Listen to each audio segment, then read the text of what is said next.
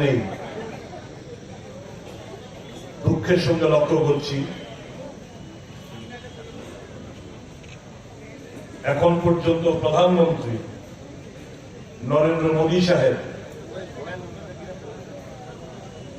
1 মিনিটের জন্য মণিপুরে পদার্পণ করেননি, যথার্থ ভূমিকা নিচ্ছেন না। ওখানকার পরিস্থিতি স্বাভাবিক রাখার জন্য ভারত সরকার তার কোন ভূমিকাই নেই।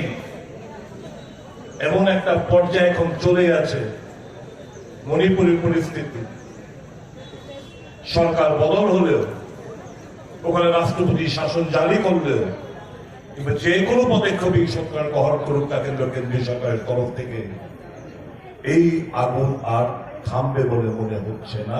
এটা হচ্ছে আমাদের কাছে, প্রত্যেকটি ভারতীয় কাছে একটা চিন্তার বিষয়। সঙ্গে লক্ষ্য করছি ন্যাশনাল মিডিয়াগুলোতে এই সংক্রান্ত কোন নিউজ কিংবা ডিবেট কিংবা চর্চা হয় না। কি নিয়ে চর্চা হচ্ছে? হিন্দু মুসলমান, মন্দির মসজিদ, এটাই তো চর্চার বিষয় এখন ন্যাশনাল টিভিগুলোতে।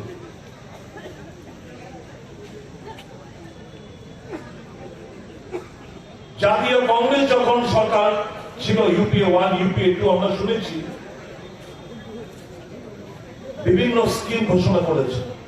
আপনারা জানেন, খাদ্যের অধিকার, শিক্ষার অধিকার, তথ্য জানার অধিকার, বনাধিকার, স্বাস্থ্যের অধিকার, একের পর এক কাজের অধিকার মানুষকে সমৃদ্ধ করেছে এই সমস্ত ঘোষণার মাধ্যমে। আর বর্তমানে ভারতীয় জনতা পার্টির সরকার একটাই তাদের স্কিম, ভারত খোদাই অভিযান, ভারত খোদাই স্কিম। যেখানে মসজিদ দেখছে খোদাই করো মন্দির পাবে, তাজমহল খোদাই করো মন্দির, আজমের শরীফ খোদাই করো মন্দির। সারা ভারতবর্ষ জুড়ে এখন খোদাই অভিযান চলছে। একটাই উদ্দেশ্য, একটাই লক্ষ্য, 80% উপর জনগণ হিন্দু ধর্মে বিশ্বাসী, তাদের বাসস্থান আমাদের ভারতবর্ষ। এই কমনের ফিলিংস ভাবাবে ইন্ডিউস করে যাতে ভোটের লাভ পাওয়া যায়, এই একটা লক্ষ্য নিয়ে সরকার, তার গদি মিডিয়া এই সমস্ত কাজকর্মগুলো চালিয়ে যাচ্ছে, মানুষকে বিভ্রান্ত করছে। অথচ আমাদের নেতা কিংবা কংগ্রেস দলের যে মূল ইস্যু সামনে, বেকারত্ব জানা, নিত্য প্রয়োজনীয় মূল্য বৃদ্ধি দিনকে দিন আমরা দেখতে পাচ্ছি, ইনফ্লেশন, সাধারণ জিনিস, শাক সবজি, তেল ডাল থেকে শুরু করে জীবনদায়ী মানুষের নাগালের বাইরে।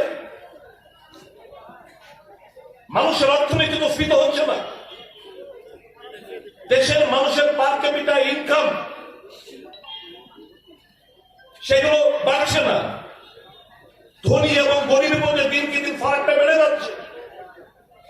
বিদ্যুতের মাসুল বৃদ্ধি, তেলের মূল্য বৃদ্ধি, কাঁচা তেলের দাম যখন আন্তর্জাতিক বাজারে প্রতি ব্যারেল প্রায় 24 টাকা, 24 US ডলার, তখন আমরা দেখি আমাদের দেশে, আমাদের রাজ্যে প্রায় 100 ছুঁই ডিজেল এবং পেট্রোল, কেরোসিন 100 টাকার উপর।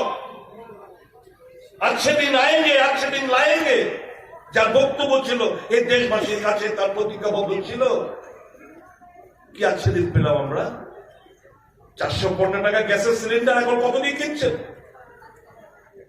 তেল যখন আমাদের পেট্রোল ডিজেল এই 50-60 টাকা ছিল, सिलेंडर गैसेस सिलेंडर जब 415 টাকা ছিল, बहुत हो गए महंगाई के बाद आपकी बार बीजेपी सरकार এই তো দাঁড়া ছিল। দেশটা রসা চলে যাচ্ছে বন্ধুরা। যাই মূলত যে ইস্যুটা দিয়ে নিয়ে আজকে আমাদের